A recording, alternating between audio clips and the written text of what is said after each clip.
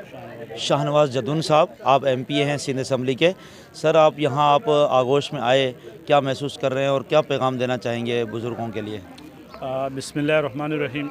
सबसे पहले तो मैं फ़रहान भाई और उनकी पूरी टीम का शुक्रिया अदा करता हूँ कि आज उन्होंने मुझे इनवाइट किया और मुझे बड़ी खुशी हुई। और ऐसे इदारों में हमें जाना चाहिए, ख़ासकर ये आगोश में जब मैं फ़र्स्ट टाइम यहाँ आया हूँ। और ये हमारी माएँ हैं और ये हमारे बुज़ुर्ग जो और इनके इमाम, हमें इनको एहसास दिलाना चाहिए कि हम इनके साथ हैं।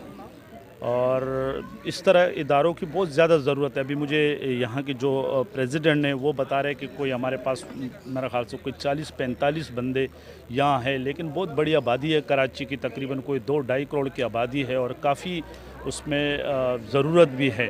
तो जो भी मुखिर हज़रात हैं, मैं उनसे यही अपील करूँगा कि कराची के अंदर ज़्यादा से ज़्यादा इनके साथ ताउन करें कि ज़्यादा से ज़्यादा इदारे बने। और मैं ख़ासकर उन बच्चों से जिनके यहाँ पेरेंट्स है और वो ज़िंदा है और उन्होंने अपने पेरेंट्स को यहाँ छोड़ा हुआ है, तो मैं उनसे कहूँगा कि आपकी किस्मत में दुआ का वो रुतबा नहीं है कि माँ बाप, ज़ाहिर माँ बाप जितनी दुआएं देते हैं और आज अगर हम यहाँ तक पहुँचे हैं तो माँ बाप की मेहनत से और दुआओं की वजह से यहाँ पहुँचे हैं। तो जिनकी भी माँ बाप ज़िंदा है, मैं उनसे यही अपील करूँगी कि अपनी माँ बाप का ख़ास ख्याल रखा करें, क्योंकि माँ बाप ज़ाहिर का आपके साथ अगर घर में हो तो यहाँ से ज़्यादा, यहाँ भी उनकी ज़्यादा वो सिक्योर है, यहाँ भी ज़्यादा उनका ख्याल रखा जाता है।